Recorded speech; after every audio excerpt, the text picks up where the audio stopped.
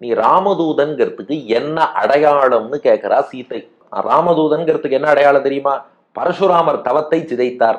ஆனா அதை நேரா அப்படி ஆரம்பிக்கல. ஜனகனை பத்தி முதல்ல சொல்றார். ஜனக மகாராஜாவுடைய வேள்விச்சாலைக்கு ராமபிரான் வந்து அந்த ஜனகனுடைய சிவ தனுசை எடுத்து நான் ஏற்றி முறித்து உங்களை திருக்கல்யாணம் செய்து கொண்டாரே. மிதிலையில இருந்து அயோத்தி நோக்கி வரும்போது நடுவழியில வந்து பரசுராமர் தடுத்து ராமனை பார்த்து சொல்றார், ஏ ராமா, என்ன ஏதோ சிவதனுசை முடிச்சுட்டியான், பெரிய வீரன் நினைப்பா, என் கையில விஷ்ணு தனுசு இருக்கு. நீ ஒரு உண்மையான வீரனாக இருந்தால் இந்த வில்லை எடுத்து நான் ஏற்றி காட்டு என்று சவால் விட்டார். அப்ப ராமன் என்ன பண்ணார் தெரியுமா?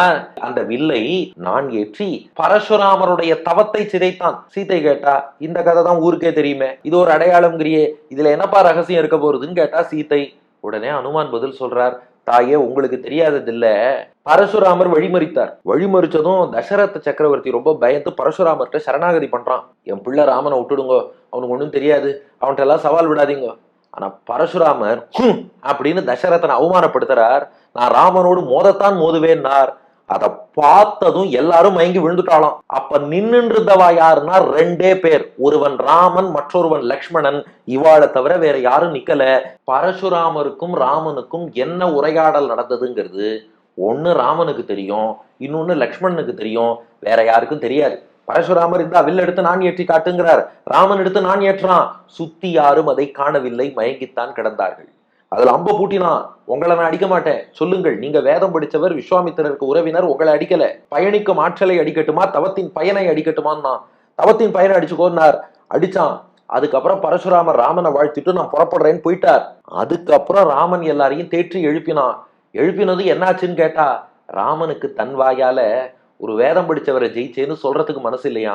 அதனால என்ன சொல்லிட்டான்னா, இல்ல பரசுராமர் எனக்கு விஷ்ணு தனுஷ் கொடுத்தார், வாங்கிட்டேன், இதை வருணன்ட்ட கொடுத்து வச்சுடுறேன், பின்னாடி தேவைப்படும் போது வாங்கி கொள்கிறேன்னு அவள்கிட்ட சொன்னானே ஒழிய இவாளுக்குள்ள என்ன உரையாடல் நடந்ததுங்கிறத ராமன் வெளியில சொல்லல. அப்போ இந்த உரையாடலை நான் சொல்லியிருக்கேன்னா என்ன அர்த்தம்னா, இதை ஒன்று ராமன் என்னிடம் சொல்லி இருக்க வேண்டும், அல்லது லக்ஷ்மணன் சொல்லி இருக்க வேண்டும். ராமனோ லக்ஷ்மணனோ சொல்லலைன்னா இந்த அடையாளம் எனக்கு தெரியாது, அதனால ஓர் அடையாளம்னார் ஹனுமான். சீத்தை பிடிச்சாலும் இல்லப்பா, இது ராமனுக்கு தெரியும், லக்ஷ்மணனுக்கு தெரியும், பரசுராமருக்கும் தெரியுமே, நீ ஒருவேளை பரசுராமன் வந்த ஆளா கூட இருக்கலாம் இல்லையா, உன்னை ராமதூதன் நீ எப்படி நம்புவதுன்னு கேட்டாலும். நீ இவ்வளவு தூரம் ரகசியம் சொல்ற, ராமன் வேதம் படிச்சவரை அடிக்க மாட்டான்னு, அதை சொன்னதுனால 10% உன் மேல நம்பிக்கை வந்திருக்கே ஒழிய இத பரசுராமர் சொல்லி கொடுத்து வேற நீ சொல்றதுக்கு வாய்ப்பு இருக்கேன்னு 90% உன் மீது சந்தேகம் இருக்கு. நம்பிக்கை 10%, ஆனா சந்தேகம் 90%ன்னு சீத்தை பதில் சொல்லிட்டா.